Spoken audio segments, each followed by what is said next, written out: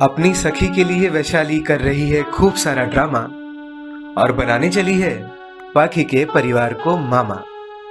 निकल तो पड़ी है दोनों घर से बन संवर कर। अब जानेंगे इस भाग में कौन कौन सा करने वाली है ये कारनामा।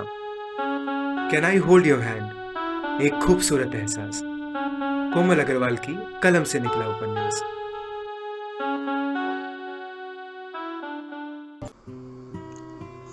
डियर लिसनर्स, आप सुन रहे हैं can I hold your hand, एक खूबसूरत एहसास का 36 भाग मेरे यानी कोमल अग्रवाल के साथ। कहानी के पिछले भाग में आपने सुना कि सूरज पाखी के घर वालों को मसूरी घुमाता है और अपने व्यवहार से सभी को अपना बना लेता है। अब वह उसी परिवार का सदस्य बन चुका था। होटल में भानु का भाई रवि रोजी को धमकी देता है, मगर रोजी भी उसे अच्छा सबक सिखाती है। इधर वैशाली और सूरज के बीच एक डील होती है और आज पाखी और सूरज की मुलाकात होनी है। अब आगे। मसूरी से लौटने के बाद देर रात प्रशांत पाखी को लेकर घर वापस आया, तो जो बातें सूरज ने उसे नहीं बताई थी वो भी पता चल गई। सूरज का अपने घर वालों के लिए इतना अपनत्व और आदर जानकर वह दिल ही दिल में उसके प्रति कृतज्ञ हो उठी।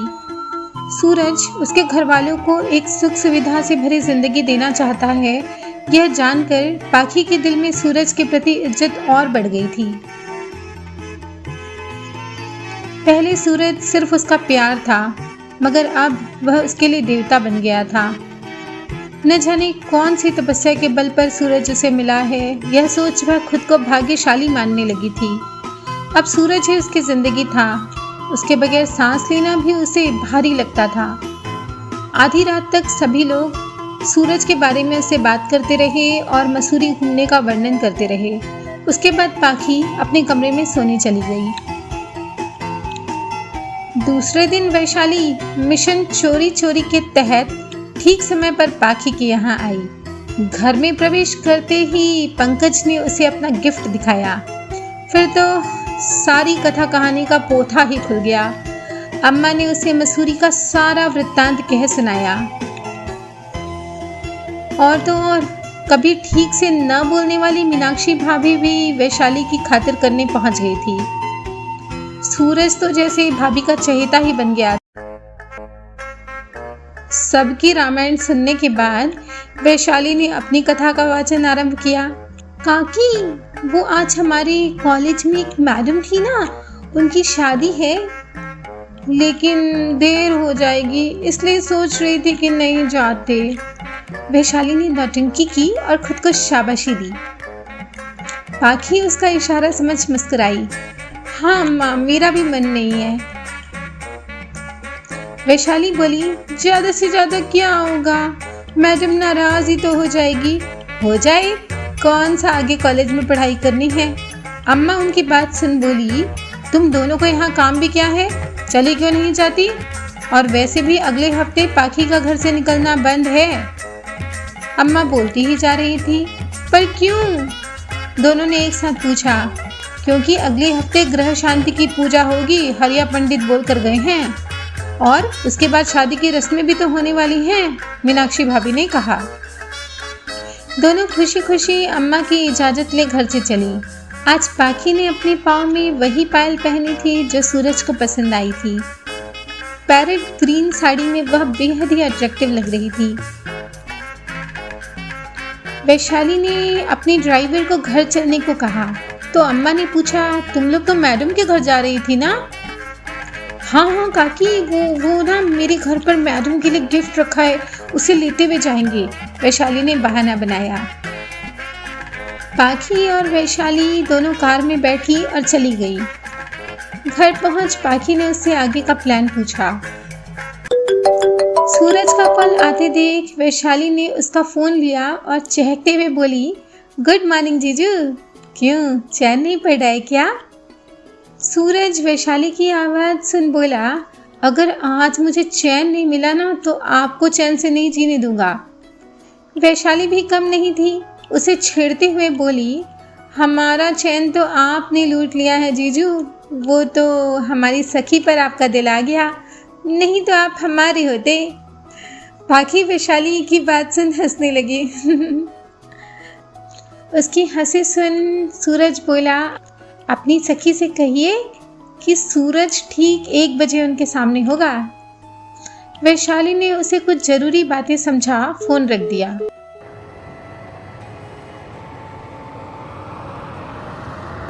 लगभग 1 घंटे बाद सूरज की कार वैशाली के घर के पीछे आकर रुकी। सर्वेंट क्वार्टर से वैशाली बाहर आई और उसने सूरज को अपने साथ आने का इशारा किया। दोनों जल्दी जल्दी कॉटेज के अंदर गए और वैशाली ने भीतर से साइकिल चढ़ाई। ये कॉटेज वैशाली के घर में काम करने वाले नौकर का था, जिसे आज उसने कहीं भेज दिया था और पाखी और सूरज के मिलने की जगह का बंदोबस्त किया था। अपनी मम्मी को भी उसने न जाने कौन कौन से झूठ बोले थे और इस तरह सूरज पाखी के सामने था। दोनों एक दूसरे को कॉटेज में देख रहे थे। जगह बिल्कुल अलग, बिल्कुल अनोखी थी।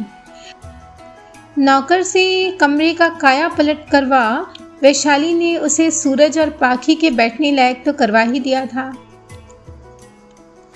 वह कुछ याद करती हुई बोली, जीजू मैं मिनरल वाटर लेकर आती हूँ, तब तक आप यहाँ बैठिए, कहकर उसने एक कुर्सी पर उसे बैठने का संकेत किया। पाखी भी वहीं पास खड़ी थी। कमरे में सिर्फ एक चारपाई थी और फर्श पर चटाई बिछी हुई थी। वैशाली चली गई तो सूरज पाखी के थोड़ा नज़दीक आया और अचानक उसे अपने पास खींच गले से लगा लिया। दोनों का यह प्रथम मिलन था जो दोनों को एक दूसरी ही दुनिया में ले गया था। खामोशी से वो दोनों एक दूसरे को महसूस कर रहे थे कि तभी आहट सुन चौंके। वैशु कहकर पाखी सूरज से अलग हुई और चारपाई पर आकर बैठ गई। सूरज भी कुर्सी पर आकर बैठा और पाखी को दिखने लगा। कमरे में आती हुई वैशाली मुस्कुराई और बोली, आप लोग तो पुराने जमाने के हीरो हीरोइन जैसे शर्मा रहे हो। मैंने तो सोचा अभी तक एक आधा रोमांटिक सीन हो ही गया होगा। उसने पानी की बोतल टेबल पर रखी। वह सूरज और पाखी के लिए लंच पैक करवा कर लाई थी। उसे भी उसने टेबल पर रखा और पाखी से बोली, जीजी को खिला देना अपने हाथ से। पाखी ने उसे आंखें दिखाई। आपकी सखी तो डर रही हैं, कहीं रावण उन्हें कुटिया से उठा कर न ले जाए। सूरज ने वैशाली से कहा, मगर उसका इशारा और निगाह दोनों पाखी की तरफ थी। आपसे किसने कहा कि मेरी सखी डर रही है? वैशाली ने पूछा। चेहरा बता रहा है इनका, सूरज ने कहा। पाखी ने महसूस किया सूरज सही कह रहा था। वह क्या सचमुच इतनी नर्वस है? उसने खुद को सामान्य दिखाने की कोशिश में कहा, नहीं तो आप क्या बब्बर शेर हैं जिनसे मैं डरूंगी? हाय क्या बात है, अब जाकर कलेजे में ठंडक पड़ी है हमारे। सूरज ने दिल पर हाथ रखा। दोनों सहेलियां हंसने लगी। माहौल हल्का हो गया था। वैशाली उन दोनों को स्पेशल इंस्ट्रक्शन देकर कॉटेज से बाहर आई और उसने कॉटेज के गेट पर बाहर से ताला लगा दिया और चाबी ले चली गई। उसके जाते ही सूरज ने अंदर से साइकिल चढ़ाई तो पाखी की धड़कन तेज हो गई। वह गाने लगा, हम तुम एक कॉटेज में बंद हो, कोई चाबी ले जाए। गुनगुनाते हुए वह पाखी के पास आया और डांस करने लगा। मेरे नैनों की भूल भुलैया में पाखी खो जाए। पाखी हंसने लगी। उसे हंसता देख सूरज को बहुत अच्छा लगा। डर तो नहीं लग रहा ना? उसने पूछा। नहीं तो, पाखी बोली। दोनों पास पास बैठे थे और अब सूरज ने उसका हाथ अपने हाथों में लिया हुआ था। एक किस कर लूं? सूरज ने पूछा। पाखी ने नजरें झुका ली। सूरज ने उसके माथे पर किस किया और अपना सर उसके सामने झुकाया। पाखी किसी भी कीमत पर उसे निराश नहीं करना चाहती थी। उसने सूरज के माथे पर किस किया। दोनों एक बार फिर गले मिले और इस बार का मिलन ज़्यादा गहरा और ज़्यादा लंबा था। कहते हैं प्यार के कई पड़ाव होते हैं और सूरज और पाखी के प्यार का ये अब तक का सबसे प्यारा पड़ाव था। कॉटेज में दोनों की सांसों के अलावा दूसरी कोई आवाज़ नहीं थी। पायल दिखाओ अपनी, सूरज ने कहा। पाखी ने अपने पांव चारपाई पर रखे। सूरज ने उसकी साड़ी को थोड़ा सा ऊपर उठाकर पायल ने देखी और उन्हें उतारने लगा। क्या कर रही हो? पाखी ने हैरान हो पूछा। सूरज ने अपने कोट की जेब से कुछ निकाला। पाखी ने देखा कि सूरज उसके लिए पायलों की जोड़ी लाया है। इतना सब कुछ क्यों करते हो? उसने कहा। सूरज के छुअन से वह सिहर उठी। वह उसके पाँव में पायलें पहना रहा था। उसे गुदगुदी हो रही थी। छोड़ो ना प्लीज़, उसने अनुरोध किया। क्यों, बर्दाश्त नहीं हो रहा? सूरज ने जान लिया था। जब जानते हो तो पूछते क्यों हो? बस हो गया। सूरज ने फिर उसकी पायलों को छुआ। कितनी सुंदर है ना? पाखी ने कहा। तुम्हें पायलें सुंदर लगी और मुझे इन पायलों में तुम्हारे पाँव।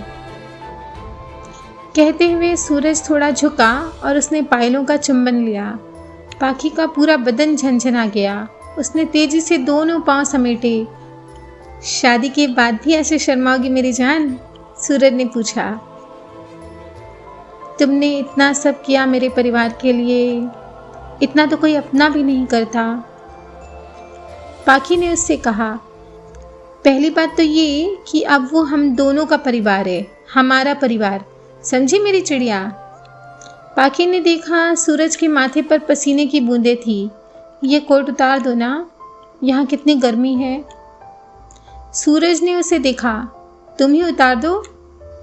पाखी उठकर उसके पास आई और उसने कोट उतारने में उसकी मदद की।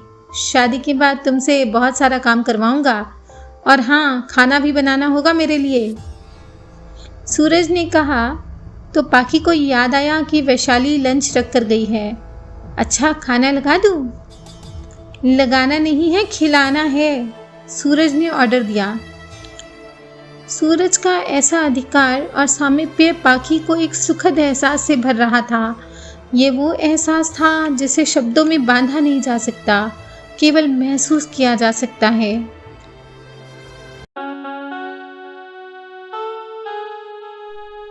एहसासों की कहानी ले रही है नया मोड़, सब संबंधों को पीछे छोड़।